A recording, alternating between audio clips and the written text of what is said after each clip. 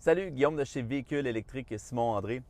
Aujourd'hui, je prends le temps de vous expliquer le mode hors route disponible dans la Tesla Model Y.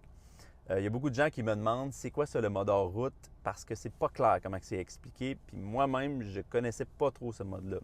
Donc, si on va dans la Model Y, dans pédale et direction, assistance hors route ici, on va l'activer. Ce que ça fait, ça va marquer en haut ici mode hors route activé. Et ce que Tesla dit, c'est que ça va ajuster le contrôle de la traction pour optimiser les performances hors route. Ça va aussi désactiver des fonctionnalités de sécurité comme l'autopilote, freinage d'urgence, évitement de franchissement de voie. Bon. Là, je vous ai mis mon ordinateur portable pour vous montrer c'est quoi visuellement ce que ça fait le mode hors route. Okay? Donc là, je suis en mode normal. Et là, sur mon ordinateur ici, j'ai les données en temps réel du couple des moteurs avant et arrière, donc le torque, la puissance, moteur avant et arrière.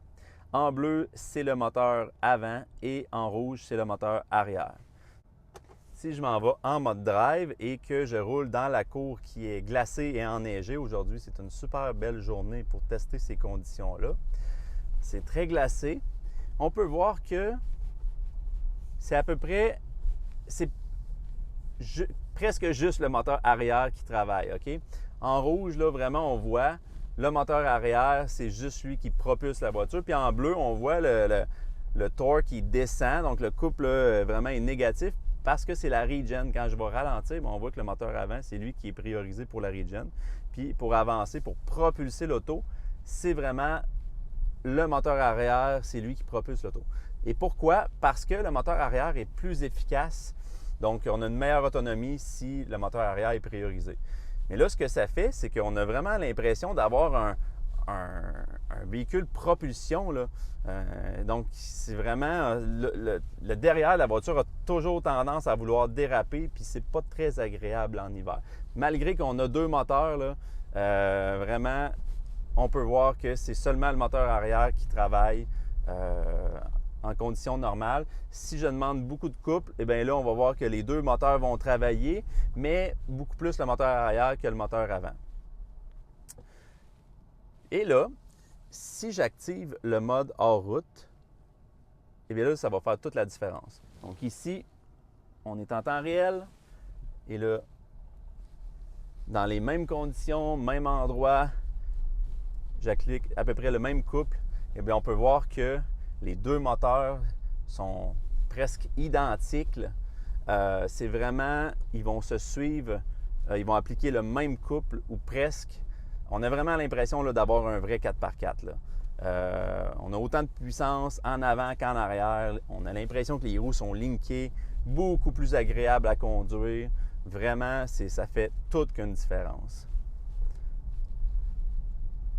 Donc, bien sûr, si je demande beaucoup de puissance, bien là, le moteur arrière est beaucoup plus puissant.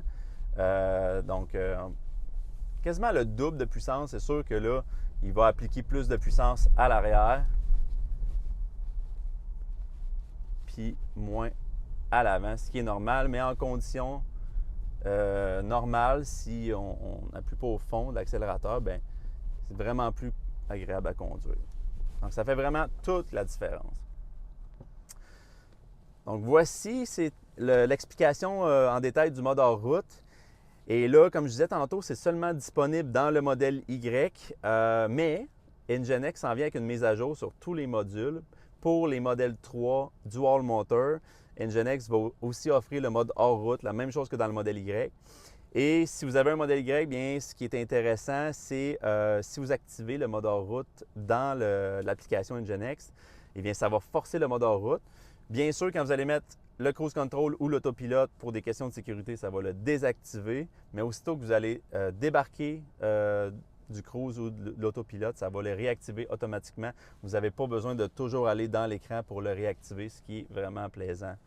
Donc voilà, pour le modèle 3, même fonctionnement, vous allez avoir un vrai 4 roues motrices en hiver, ce qui est vraiment plus intéressant. Vous allez adorer la conduite du mode hors route et sur votre modèle 3, bien sûr.